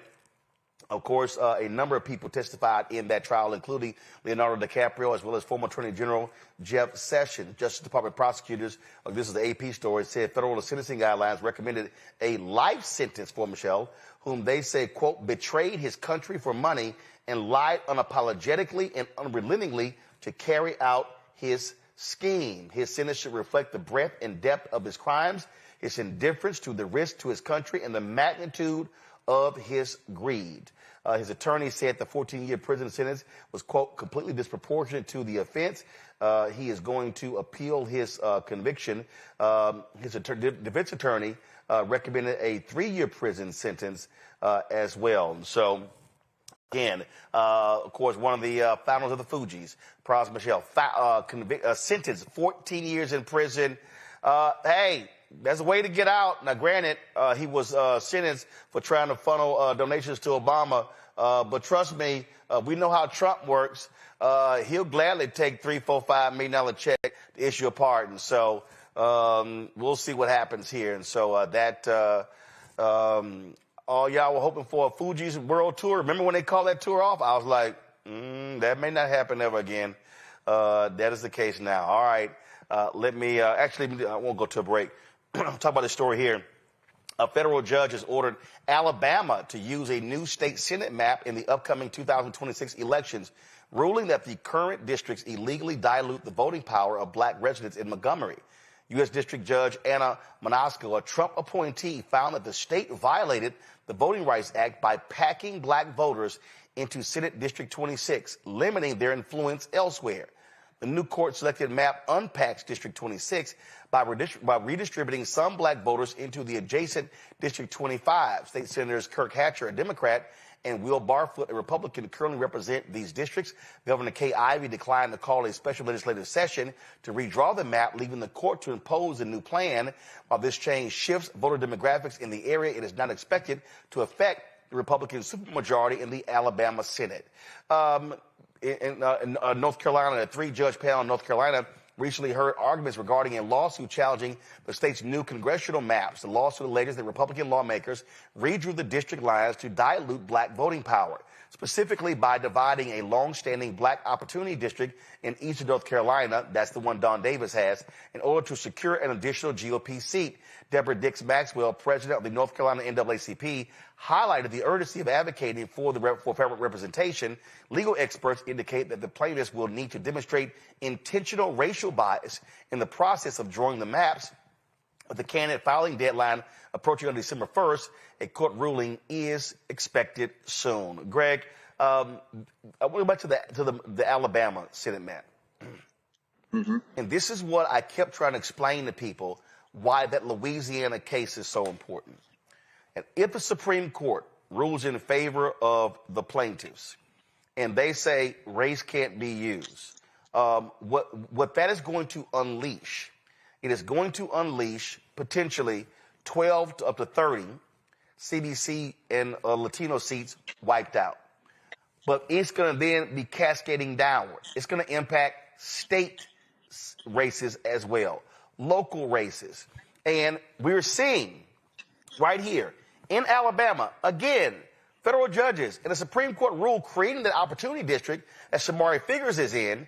Now you're talking about this right here. Look, the supermajority in Mississippi was broken because a federal judge ruled that black folks were being screwed over. So the reality is that black power in the South is on the precipice of being wiped out because these right-wingers want to destroy Section 2 of the 1965 Voting Rights Act. No, they absolutely do. But, you know, it is interesting, isn't it, Roland? None of this is written in stone. None of it is written in stone. Certainly, it's very encouraging to see the 3-judge panel in Texas, as you've been reporting, say that this is a racial gerrymander. Of course, it's now going to go directly to the Supreme Court because in those instances, you have 2 district court judges and 1 appeals court judge that make those rulings when it comes to an issue like gerrymandering, and it's going to go straight to the Supreme Court. But, of course, the fact that you had both a Trump appointee and a Reagan appointee as 2 of the 3 judges in Texas really gives some encouragement. And the fact that this is a Trump appointee in Alabama certainly sends a message. all of those judges that Trump appointed, he didn't know any of their names. He wouldn't pick them out of a lineup. He was given lists by the Federalist Society. And that should give us a little bit of encouragement, because these are judges that have been vetted by that right-wing think tank, that right-wing nasty piece of work, Leo and his crew. So for them to say this, it may very well be signaling that they've taken and gone a bridge too far. Now, certainly we don't hold out a whole lot of hope for the MAGA 6 on the Supreme Court as it relates to the case, as you say, in the Supreme Court gerrymander case that is now before the court. However, the Louisiana case, Calais.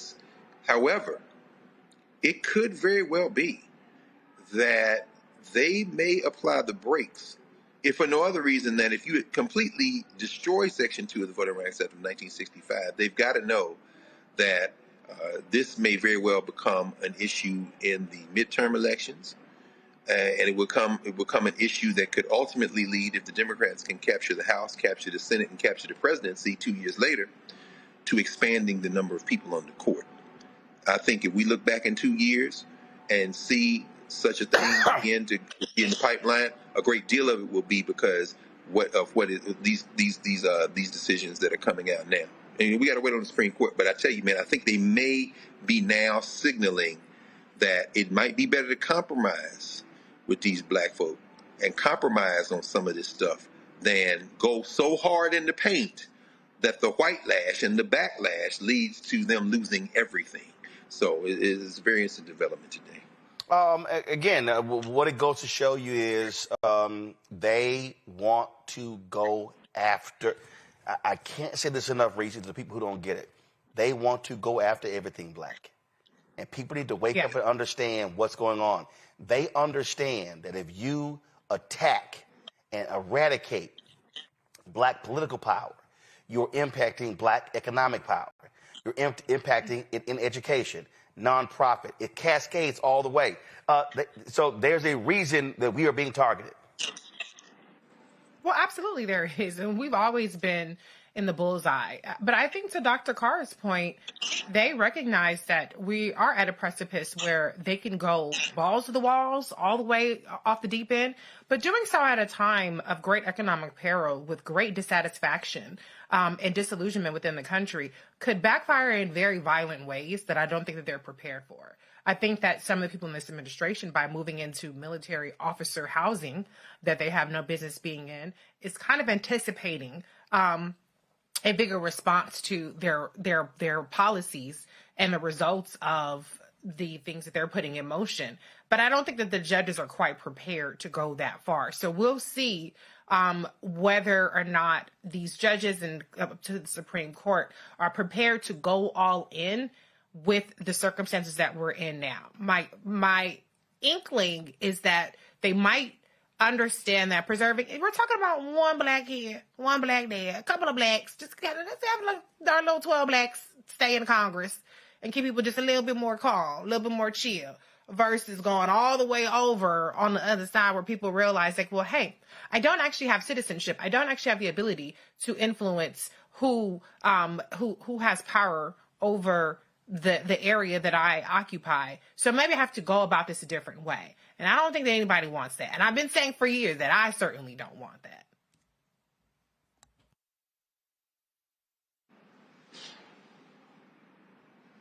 Boy. You know, one of the other concerns here is that, you know, it's hard to say that this isn't racially motivated and this is just about party politics when you're seeing rampant racism within the Republican Party and that they're putting it online and they're putting it in text and that they're saying it in speeches. It's really hard to say that. I mean, there's a record here of motivations. And so no matter what they might, say in polite company, we understand what's being said, really for the record, for us all to see. And many judges don't want to be a part of that. I think there's also a real concern that we are under a threat to our democracy and that there have to be checks and balances. And that when you vest in all one party and you allow one party to completely take over, that what you do is you create a scenario where what's good for the goose is good for the gander. So next time you can see Democrats doing the exact same thing, and courts having to uphold it because that's been the law before. So I do think that there are some real, concerns here that a court must look at. By and large, this court has also been hesitant to disadvantage Black people in terms of redistricting directly, right? There does seem to be some hesitancy by the court to do that. And so we'll see that with us, this traditional group, when they're seeing that there is a real targeting of us, that there might be some pause. Certainly we've seen it at the lower court level. I think that hopefully we will have a better outcome than we've seen in the past at the Supreme Court level. But Republicans should know that whatever happens that they're able to do, Democrats will be able to do the same. And we do not want, as Reese said, this kind of pendulum swing. And I think that they are anticipating that people are going to be very upset about this. But as Greg Carr said, it's not a fait accompli. You got to vote in the fall. There you go. That's what we always say constantly. Quick break. We come back. Marketplace right here. Roland Martin Unfiltered on the Black Star Network.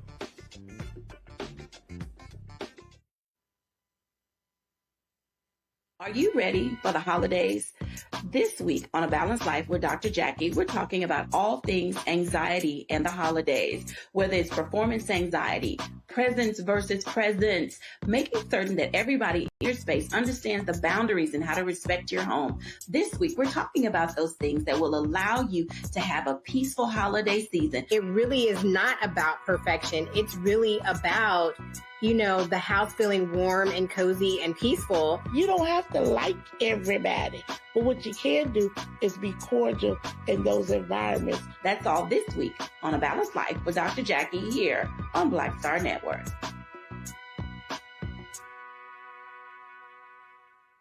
Hello, I'm Jamia Pugh. I am from Coatesville, Pennsylvania, just an hour right outside of Philadelphia. My name is Jasmine Pugh. I'm also from Coatesville, Pennsylvania. You are watching Roland Martin Unfiltered. Stay right here.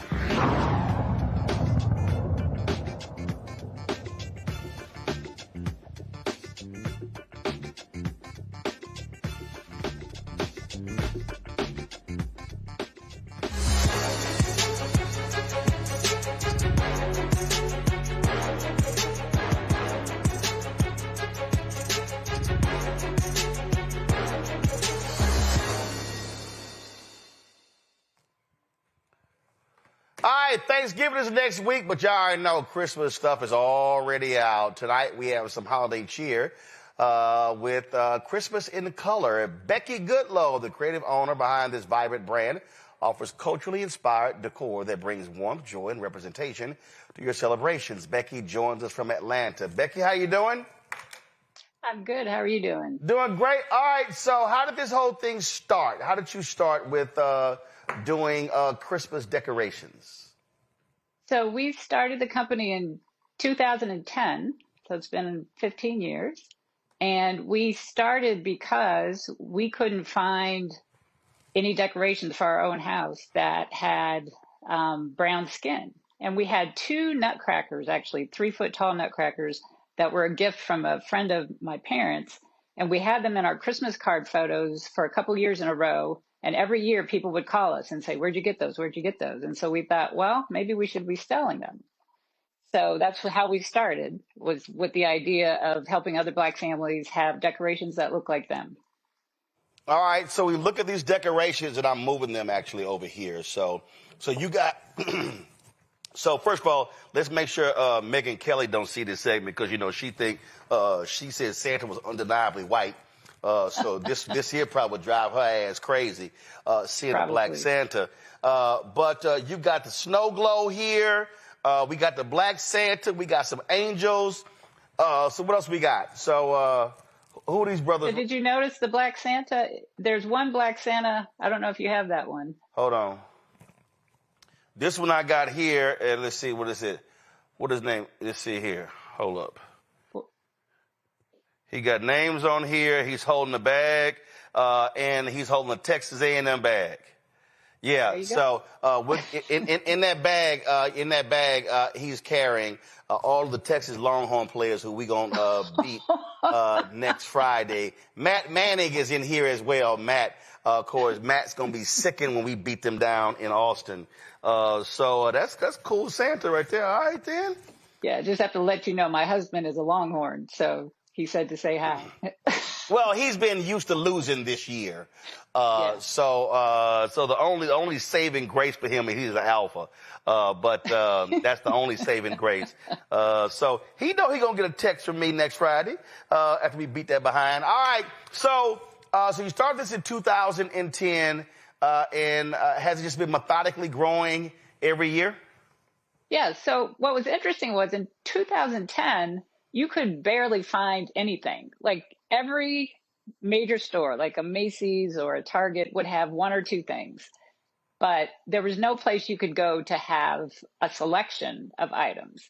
And we would approach the major companies and every year and say, hey, would you make some nutcrackers or angels with brown skin? And the response at first was no, because we'll lose money. And so they had no interest in that. And I guess at some point they figured out that they could make money, because now a whole lot of those big companies are making the same things that I've been selling. Yeah, well, first of all, let's just be real clear. America has always been defined by whiteness. And what they've always done is force us to accept that. And that's, but again, when you got ignorant ass people like Megyn Kelly who will say, okay, kids, deal with it. Santa's white. I mean, that's their whole deal. So this idea that having a culturally representative Santa matters. Look, my grandmother had a catering business, and my mama did cakes, and used to actually, my mama would paint the bridal tops because they were always white. So it's like, give me that brown paint. Let's paint this sucker here, because again, black folks wanted, they didn't want some white woman, some white dude on top of their cake. Right. So here's a great story. The first year that we ordered nutcrackers from a company that was willing to work with us and make ones with brown skin, we picked the white ones that they had on display, and we said, make these with brown skin. And, we figured out the hair color, all of that. And then when we got them in the mail, and these are boxes and boxes, Roland, all of them had blue eyes. Oh, hell no. And didn't even occur to us that they wouldn't change the eye color. Wow. Right? So they were like, they were like, y'all ain't mention eyes. Right. Well, there are black folks with blue eyes, but the majority of us are not. Ain't that many. Right. So I had to learn how to paint eyes for that first batch, because I thought I can't, at first we were like, oh, we could sell these and then the next order, but there's no way. So I had to learn how to sit there and paint the eyes. How many did you have to paint? Oh, I would say that first order, which wasn't huge, but it was still, I would say, probably over 500. I bet you were sitting there like, God, every time you had to paint one, but you were cussing every little bit. Like, damn it, I got to paint each one of these. Yeah, I understand. Yeah, it was a lot. It was a lot. Questions? But, then we got it together, and the vendor was great. I mean, it was great to find a vendor who didn't want me to buy thousands at first, so I could just get a few hundred at a time and, and grow that way. So it's been great. I'm sure Greg Carr is looking for one of the nutcrackers with a dashiki. You're not too far off, Brad. You're not too far off. But I must say, Sister Goodlaw, I was very happy looking at the website to see Tuskegee, Tennessee State, alma mater, Howard, FAM, Jackson State, Southern, Grambling. Can I ask you a quick question on licensing? I know it's very popular now, particularly among young people like my students now. They're all going into business. Our good brother, Lanny Smith, that Actively Black, was able to get the licensing agreement to do a lot of the hoodies from HBCUs. But to see that many HBCUs represented in the ornaments, did you have to work some kind of licensing agreement out, not just with the HBCUs, obviously, but with the other schools as well to use the logos? No, so I worked with Santa's Workshop, which is the company that got the licenses. So that allowed me not, because it's, they're expensive. Yeah, so what you did is you went with a company that already had those very licenses. You did a deal with them.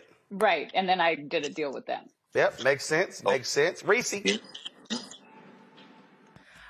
These ornaments are beautiful. I didn't know that nutcrackers have blue eyes because I only buy black.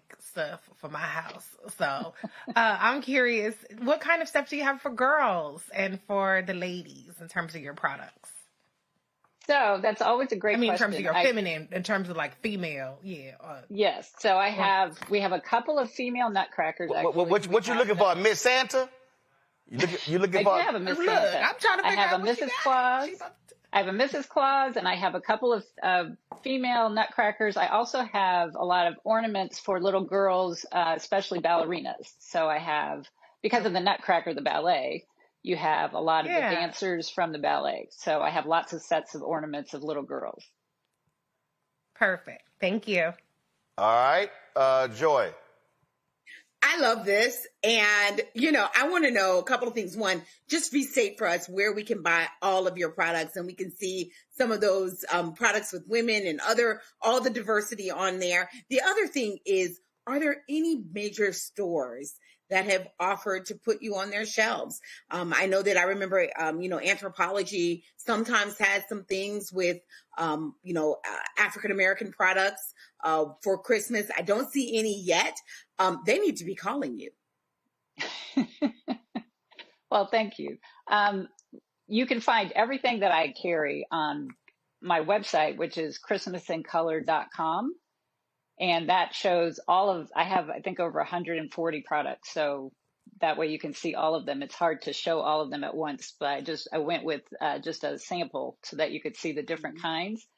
And then in terms of going into stores, it's tough. I've done some local things, but it's to do sort of a major thing at this point, because there are so many companies now that are doing it themselves. I'm not sure they need me at this point. And I know that sounds odd, but the product is out there for an Anthropology to get.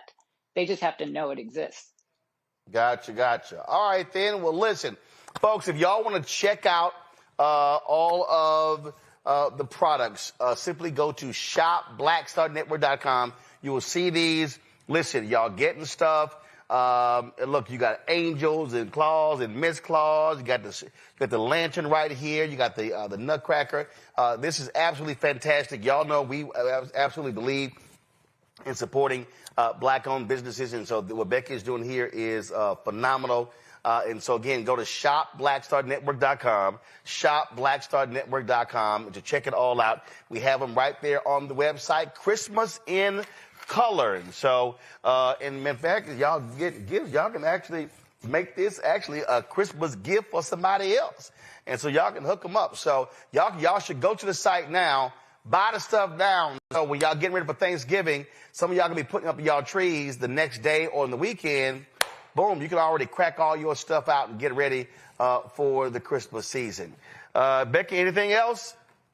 I just wanted to say thank you for having me, and also thank you for doing this segment, because there's so many people who do want to shop with Black businesses. So it's nice to have a place to go to have actually a huge list of companies that are owned by Black folks. Well, that's why we started this from the beginning. And when we launched this show, we always had a marketplace segment to feature Black-owned businesses. And so that's why we're doing it. And that's the difference when you own it versus when you working for somebody else. That's right. All right. That's right. Thank you so much. I appreciate it. Thanks a lot. And tell your husband sawhorns off. Sawhorns off. But I will pass that along. Hey, Greg, husband, he's a fellow alpha, but I want him to be in immense pain the day after Thanksgiving. Oh, man. So I say, brother, y'all choose violence, man. Y'all be choosing violence down there in Texas. Yes. Sawhorns off. Is that? Yes, sawhorns off. Absolutely. So that's how we do it. All right, Becky, thanks a lot. Thank you. Take care. All right, then. That's it for us. I know it's something I didn't get to, y'all. I still ain't dealt with that racist Nick Fuentes. We just had so much other stuff. But that bigot, he's going to be there for quite some time any damn way. So we'll deal with him. So we'll deal with that. So, Greg, tell us more about the conference. And I'm trying to remember, did I speak at that conference before? I was going through my stuff, and I know I spoke at a Black Educators Conference. I'm trying to think, did I speak at the Black Male Educators? I'm not sure, but go ahead. No, I don't think so. The Center for Black Educator Development, good brother Sharif El-Mekki here in Philadelphia. This conference, I forget now, maybe in like 14th year, but now over 1,000 folks, I mean, maybe closer to 2,000, convened at the Lowe's Hotel here in downtown Philadelphia. Women, men, but mostly male educators and young people too. A lot of young people here under 30. Tonight I was on a panel with Kamika Royal and Sharice Cheney. My man Ivory Tolson, who is our frat brother, editor of the Journal of Negro Education, talking about black education. Dr. Leslie Fenwick talked about her book, Jim Crow's Pink Slip, which we talked about on the Black Table. A lot of educators here, man, and it's about recruiting more young people to be educators. So, in fact, this is their theme. We need black teachers. This is the mantra. In fact, Roland, like I said, I've been going a million miles a minute, but I saw a couple of the cats who teach the AP African American Studies course around the country. The last time I saw them was actually when we did the Black Table session, and they were like, "We're going to do Black Table again." I was like, Roland been telling me, man, we got to do it. So we got to come together. So I'm going to schedule them, and we're going to do another session with them, the AP African American Studies teachers. But, man, I tell you, everybody here, they like, tell Roland, Black Star Network is what we need. We're all supporters. We watch. Some of them watching right now, I guarantee you. So it's an annual thing. Next year, man, we got to get you up here. It's always right before Thanksgiving, that weekend before Thanksgiving here in Philadelphia. All right. Well, let us know. We'll think about it. Reese, what you got coming up on Saturday? We'll see. It's a lot going on. But I tell you what I have coming up every day. My Am I Tripping game and my Sounds About Right game. Since we talk about black business. Yo, what? I hook it up for the holidays. Am I Tripping? This is the second edition. Oh, Am I Tripping? Got it. Girl, and my Sounds About Right game. Look like some Rice Krispies. I'm like, what's she holding up? What? No. AmITrippingGame.com is where you can get my games, okay, for that holiday fun. All right, then. Well, Greg, Reese, Joy, I appreciate y'all being on today's show. Thank you so very much. Folks, that is it for us. It's a whole lot going on. We are staying on top of this. And again, our goal is very simple. That is to cover the stories and the issues that matter to our people. That's what stands out to us. That's what we do. It's why we do what we do. We're not here to ask anybody's opinion. We ain't asking them permission. We're going to talk about what we want to talk about. And that's the way we roll. And so your support is crucial to us being able to do that. And so we want you to continue to support us in every way. If you want to join, matter of fact, I asked Keenan last night, our donors, we exceeded 35,000. A bunch of y'all have sent me checks. I picked them up from the post office today. I'll be opening those envelopes. So just letting y'all know. But we've got more than 35,000 donors, more than 150,000 downloads of our app. We got a lot of things going on, and don't forget we made changes to blackstarnetwork.com, and so now when you go to the website, you can see these stories. You can go to my iPad. Come on, so you now see this is the new look of blackstarnetwork.com. How we have all of this information on here broken down with politics, news, our latest videos, our shows. Also, a much easier way for you to donate.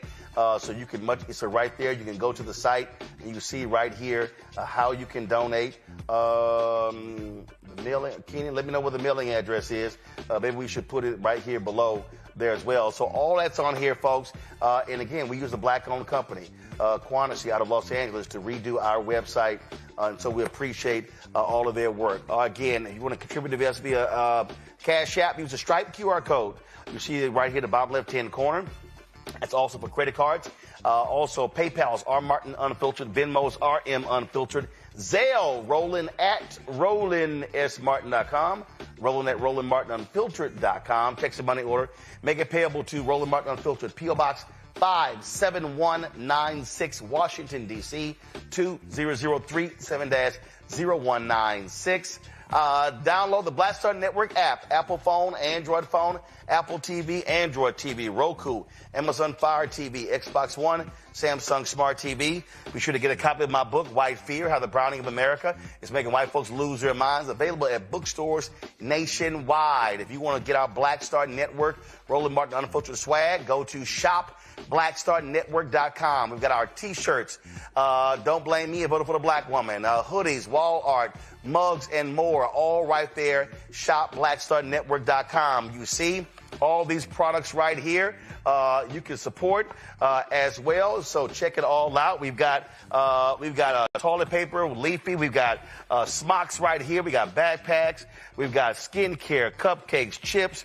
We've got stuffed animals. We got art, HBCU shirts. We got crossword puzzles. We got all this sort of stuff. We got, of course, journals. We've got fragrances, gym wraps, and of course, you got right here all of the Christmas in color stuff as well. All of that, shopblackstarnetwork.com. And do this in your favor as well, y'all. No. Right here. Do a screenshot. Do a screenshot right now of this here. And so do a screenshot. Let me smile.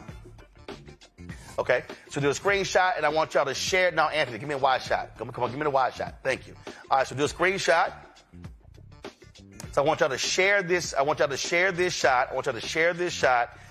Post on social. Tell people to go to shopblackstarnetwork.com. You are supporting Black-owned businesses. This business, we get a proceed of the sales. So you're supporting this show. When you buy for these products, you're supporting this show and these Black-owned businesses. We have to be able to learn to help with each other, utilize our resources together. And so please do that. Don't forget, download the app Fanbase. Also, if you want to invest, they've raised $13.8 million. The goal is $17 million in the Series A fundraise. Once it closes, it's done. And so go get more information at startengine.com/fanbase. Startengine.com/fanbase. Startengine.com/fanbase. All right, y'all. That's it. I got to go. I'll see you tomorrow. Shout out to my cousin, Trevor Cobb. Today's his birthday. That's it, folks. I'll see y'all tomorrow right here, Roland Martin Unfiltered on the Black Star Network. Holla!